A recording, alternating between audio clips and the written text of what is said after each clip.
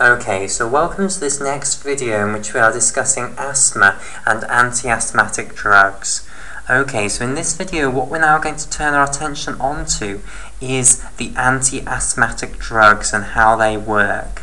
Okay, now as I said right at the beginning of the first video, the way I'm going to structure this section in which we're discussing the anti-asthmatic drugs is by discussing the actual 5 stages of treatment, where stage 1 is given for the most mild forms of asthma and stage 5 is given for the most severe forms of asthma. Okay, rather than grouping drugs together based on how similar their mechanism of action is. Okay, then what we'll turn our attention to right at the end is drugs that aren't currently clinically used but may be used in the future. Okay, right, so let's start off then with stage 1 treatment for asthma. So this is the treatment for the most mild forms of asthma. Now in stage 1 treatment you do not give a routine drug basically. Okay, in stage 1 treatment what you give is a drug that is used only when it's needed. Okay, so it's a drug that you use when you're actually having an asthmatic attack, when your airways are narrowing, in order to reopen your airways. Okay, and such a drug that reopens your airways is what's known as a bronchodilator. Okay, so I'll stress again, in stage 1 it's not a preventative treatment. Okay, it's only a treatment that's used when you're actually having an asthmatic attack. Okay, so the bronchodilators then that you use, these drugs that are capable of causing bronchodilation, these are going to be short-acting in stage 1 treatment. Okay, so short-acting bronchodilators are what we're going to give. Now, the route of administration in the case of these short-acting bronchodilators is by inhalation. Okay, specifically it's by what's known as aerosol inhalation. So I want to make sure that everyone is familiar with what the concept of aerosol inhalation is. Okay, so basically an aerosol means a tiny little droplet of fluid, or alternatively a tiny little particle of solid, okay, that is suspended in air basically because it is so tiny. So these little droplets of fluid, this is far too big. Okay, in reality they've got diameters of around 1 micrometer. Okay, so 1,000th of a millimeter, tiny little droplets of fluid that are suspended in air basically. Okay, so for instance, mist is aerosol, it's water suspended in the air, tiny little droplets of water. Okay, that's what an aerosol inhalation is, and basically you're going to have tiny little droplets of your drug suspended in some gas basically, and that's how the drugs are administered, by aerosol inhalation. Okay, right, so let me give you some examples of these short-acting bronchodilators that are used on this when needed basis. Okay, so short-acting bronchodilators, examples are salbutamol. Salbutamol is probably the most famous example, but another example is terbutaline. Okay, so these are 2 drugs that are used in stage 1 treatment of asthma. Okay, now they are both classified as beta-2 agonists. So their mechanism of action is by activating receptors called beta-2 receptors. Okay, now I'll explain exactly where these beta-2 receptors are located and how they're going to cause bronchodilation in a moment. Okay, so these drugs then, you'll take them by aerosol inhalation when you're actually having an asthmatic attack, and the idea is that they're going to relax your bronchial smooth muscle cells back down and therefore reopen your airways and end the asthmatic attack. Okay, so salbutamol and terbutaline are used like this. Okay, and they are both beta-2 receptor agonists. So firstly, let me explain where the beta-2 receptors actually are, and then I'll explain how they're going to cause bronchial smooth muscle cell relaxation. Okay, so basically the beta-2 receptors on which these drugs are going to act are located on the bronchial smooth muscle cells themselves. Okay, so let's draw a bronchial smooth muscle cell here. Okay, basically you have these beta-2 adrenergic receptors on the surface of the bronchial smooth muscle cells, and they too, like the histamine receptors and the cystenyl leukotriene receptors, are G-protein coupled receptors. So here is our beta-2 adrenoreceptor here. Okay, and AR stands for adrenoreceptor. Okay, however, unlike the H1 and cystenyl leukotriene receptor 1, which are GQ coupled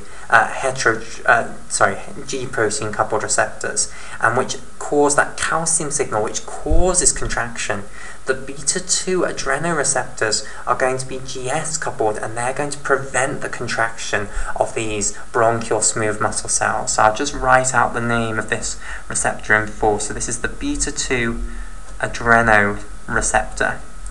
Okay, so the A is for adreno, and then the R is for receptor.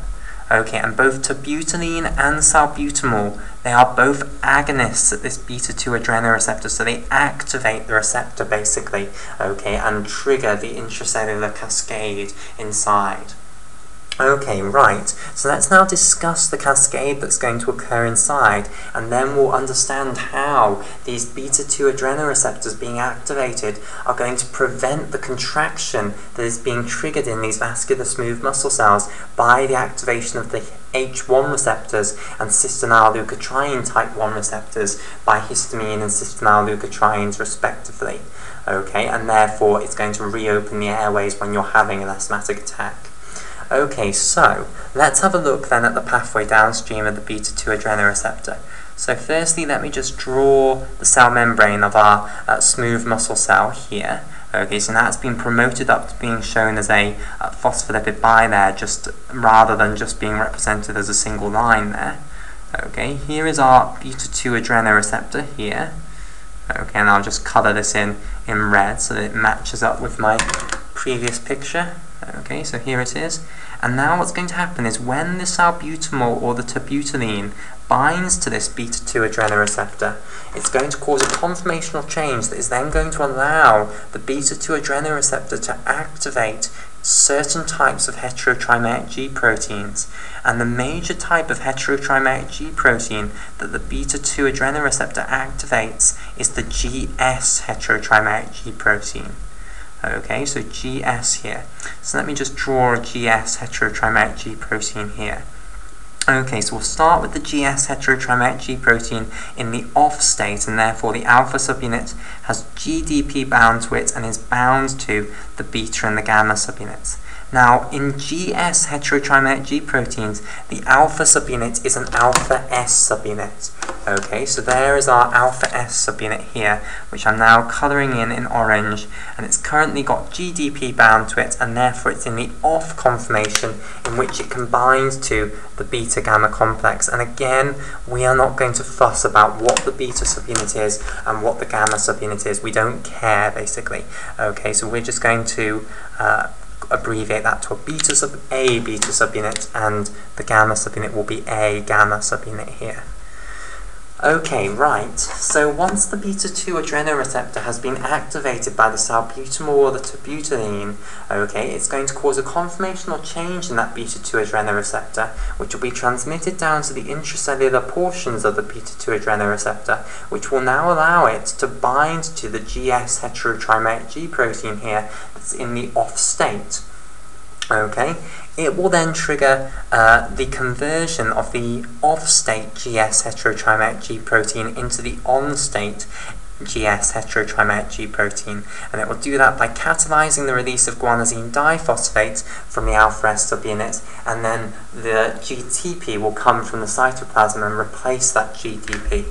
Okay, when GTP binds to the alpha S subunit, it will cause a conformational change in the alpha S subunit, which will cause the alpha S subunit to cleave away from the beta gamma complex, and both the alpha S with GTP bound and the beta gamma complex will then cleave away from the beta-2 adrenoreceptor. Okay, so drawing the next stage here.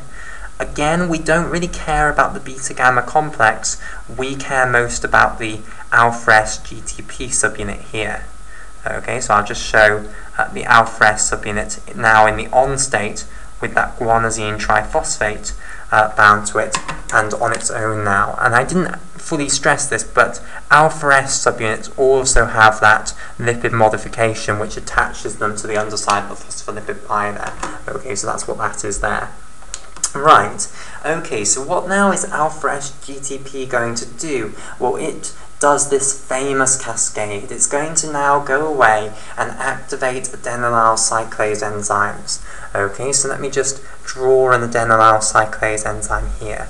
Okay, now adenylyl cyclase enzymes, the main ones in humans, are attached to the plasma membrane. They are integral membrane proteins. Okay, now, adenylyl cyclase enzymes are a single protein, okay, so they're not a multi-protein complex. They are just one polypeptide, and therefore I can show you the N and C terminus of the adenylyl cyclase enzyme. Okay, so here is the adenylyl cyclase enzyme then. The amino terminus is on the intracellular side, so this is the intracellular side of the cell membrane. This is now representing the extracellular side. Then what you have is two clusters of 6 membrane spanning alpha helices, and now I'm showing you the first cluster of 6 membrane spanning alpha helices, and I'll colour these in.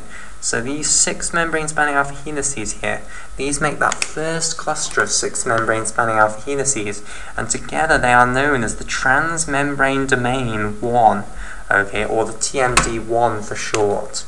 Okay, right. Then after transmembrane domain 1, what you then have is a loop inside the cell between transmembrane domain 1 and transmembrane domain 2. Okay, and this contains a really important domain known as C1a, and then a second important domain called C1b, okay, which we'll have here. C1a is the most important one. If you're going to learn one, learn that one. Okay, collectively this loop between transmembrane domain 1 and then transmembrane domain 2, which I'm about to show you here, is called the C1 loop. Okay, so let me just colour in a few little bits here. So we'll have C1a here in orange, okay, we'll have C1b here in blue. Collectively, C1a plus C1b is known as the C1 loop between transmembrane domain 1 and then transmembrane domain 2, which is this cluster of 6 membrane spanning alpha helices over here. Okay, so this is transmembrane domain 2. Okay, and then after transmembrane domain 2, what you then have is another really important domain known as C2a, which is believed to be dimerized with C1a even before the enzyme has been activated, and then after that you have the C-terminal, okay, but in between C2a and the C-terminal you have another important domain called the C2b domain. But again, as with C1a and C1b, C2a is far more important than C2b. Okay, so here is our adenylyl cyclase enzyme then. Okay, and the very important domains here are C1a and C2a. Okay, it's believed that these two domains are dimerized together even in the inactive enzyme, although that is still controversial. Okay, and these two domains collectively form the catalytic domain of this enzyme. So although the transmembrane domains TMD1 and TMD2 here look mightily impressive, they are not actually the catalytic portion of this. They just attach the whole enzyme to the plasma membrane. And the important catalytic portion here is the C1a, C2a dimer here. Okay, this is the portion that's actually capable of converting ATP into cyclic AMP and pyrophosphate. Okay, right. So now what's going to happen is our alpha S subunit with GTP bound to it is going to come and bind to the C1a, C2a dimer, and it promotes the C1a, C2a dimer going into a conformation which is then catalytically active. Okay, so effectively it turns the C1a, C2a dimer on. Okay, previously it was inactive here. Okay, so alpha S GTP is going to come and bind over here, and I might just sort of show this by an arrow. It's going to come and bind to our C1a, C2a dimer here, and it's going to activate it. Now, what does the C1a, C2a dimer do once it's been activated? What catalyzes is this very famous reaction. It catalyzes the conversion of ATP into cyclic AMP, CAMP, okay, and also pyrophosphate, PPI. Okay, right, and it's the cyclic AMP which is now important. You're getting cyclic AMP being produced in the cytoplasm of your bronchial smooth muscle cell. Now, what does the cyclic AMP do? Well, the most famous target for cyclic AMP is the cyclic AMP-dependent protein kinase, okay, which is also called protein kinase A. Okay, so we're now going to discuss this incredibly important protein kinase. Okay, so cyclic AMP-dependent protein kinase is the more official name for the enzyme. That's the name that you'll see used in reviews and research articles. However, everyone just calls this protein kinase A, okay, which is usually often abbreviated down to pKa for short. Okay, right, so let me discuss then the structure of protein kinase A with you, because protein kinase A, unfortunately, unlike adenylyl cyclases, is not just one protein. Okay, the inactive protein kinase A is actually a tetramer. It's made up of 4 separate proteins stuck together, so it's much more complicated than the adenylyl cyclase enzyme. Okay, so basically, if you want to build a protein kinase A inactive tetramer, you firstly construct a dimer of 2 subunits that are known as regulatory subunits of protein kinase A. Okay, and I'm going to show you these regulatory subunits of protein kinase A first. So I'm going to show this protein kinase A drawing here. Okay, so I'll firstly just show you one regulatory subunit of protein kinase A. So here is its amino terminus. Okay, and this first domain that I am showing here is going to be really important for dimerizing 2 of these regulatory subunits of protein kinase A together. Okay, so this domain I'm showing in orange, and I think I'll write it up here where I've got space. This is known as the dimerization / docking domain. Okay, so this is the dimerization / docking domain. Okay, and for short we'll just abbreviate it to the D/D domain. Okay, so this is the first important domain of the regulatory subunit of protein kinase A, okay, which is one of the subunits that's going to make up the protein kinase A inactive tetramer. Okay, right. Now, what's going to happen then is this is going to be involved in dimerizing 2 regulatory subunits of protein kinase A together. Okay, but before I show the 2 of them dimerized together, I'll just show you one first. Okay, so there is then this portion known as the linker here. Okay, and then after the linker, what you have is this important domain which is capable of binding cyclic AMP molecules down here, and then you have the C-terminus down here. Okay, so I'll colour this in blue here. So this portion in blue here, this is a portion that combines cyclic AMP molecules. Okay, so this actually contains 2 binding sites for cyclic AMP. This one here is a binding site for cyclic AMP. Okay, and that one, which is the first one, is known as the cyclic nucleotide binding domain A. Okay, and this second one here is known as the cyclic nucleotide binding domain B. Okay, so CBD stands for cyclic nucleotide, referring to cyclic AMP binding domain. Okay, so I think I'll just write this down here. So CBD stands for cyclic nucleotide, and I'll just move this over a little bit. So this is cyclic nucleotide, and then the BD is for binding domain. Okay, so you've got 2 cyclic nucleotide binding domains on each regulatory subunit of protein kinase A.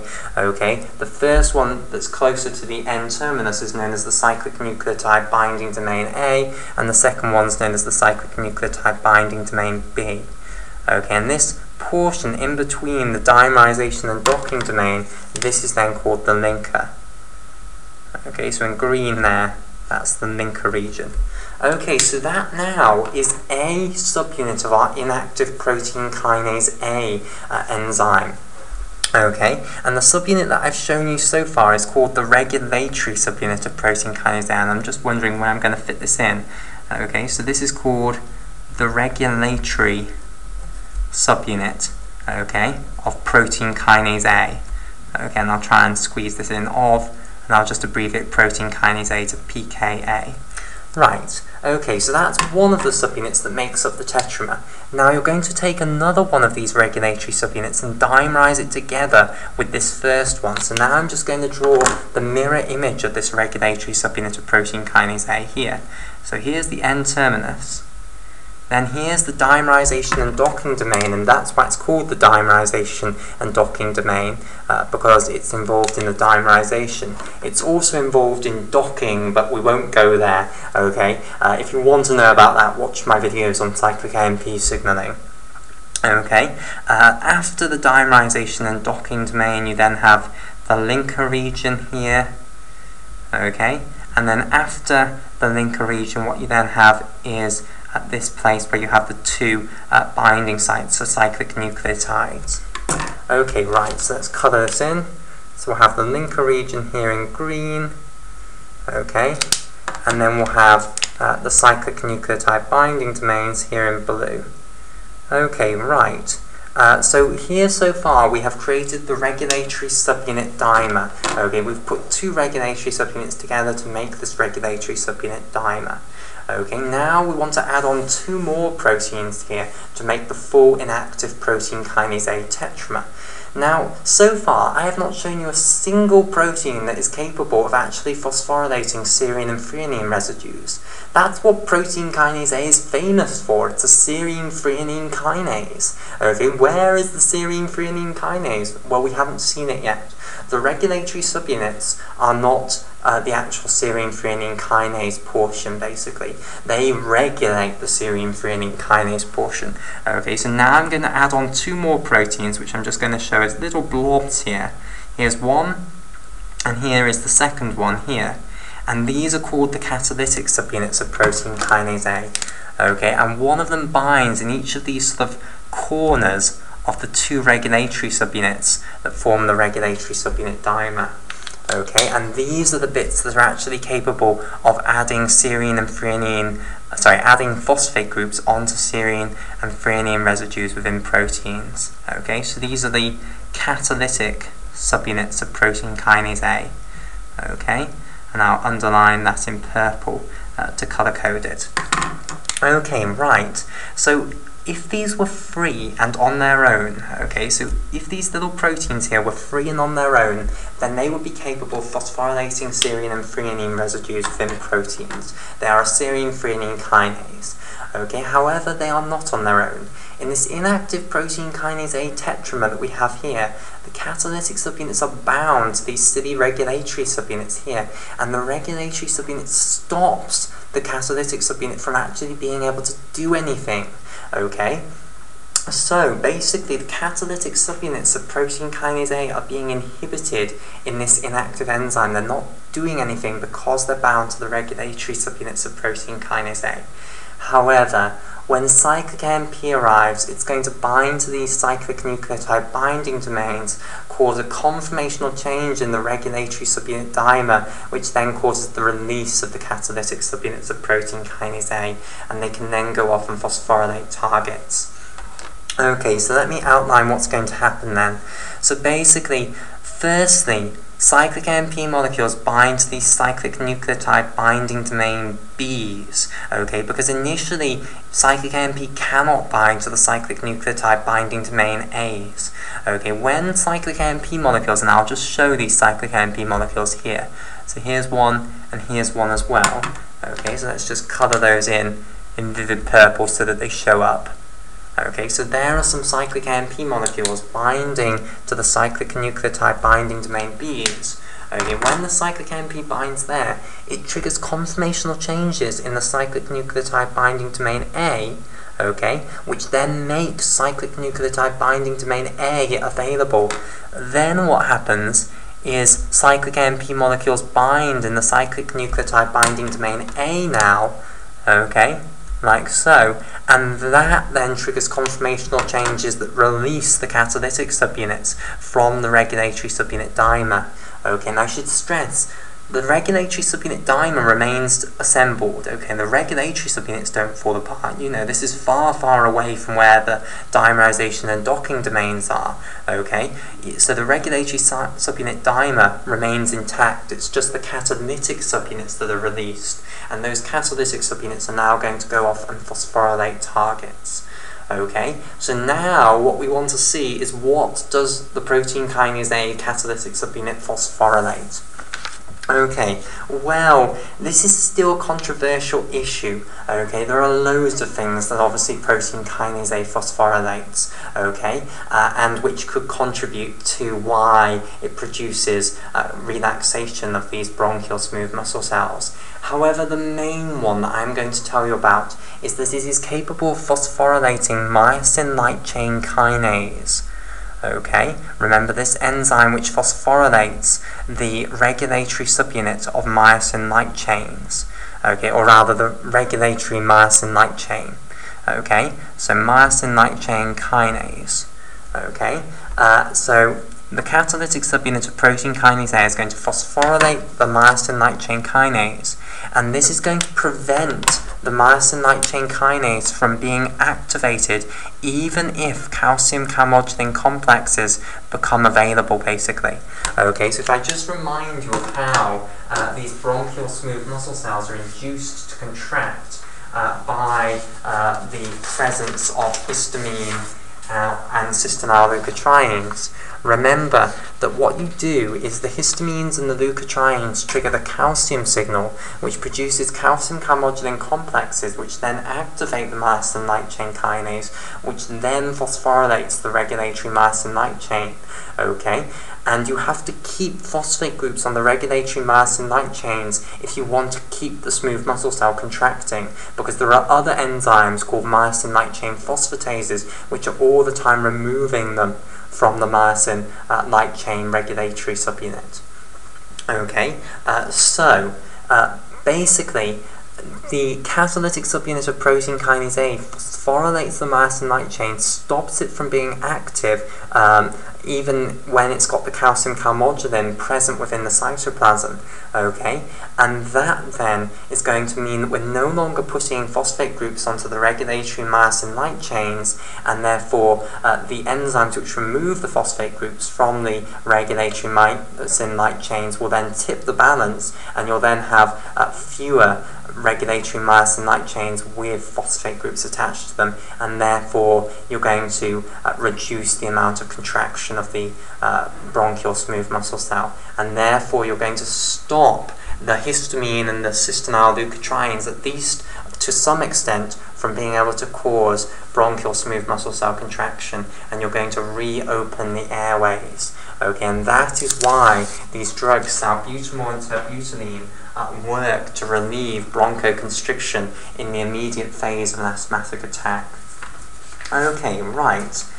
So I think we'll call it there for this video, and in the next video what we'll move on to is stage 2 therapy for asthma, okay, which is used when you're getting too regular asthmatic attacks. Okay, so if you're getting very, very regular asthmatic attacks and it now is becoming a real problem, then we start using preventative measures rather than just this use it when you need it approach.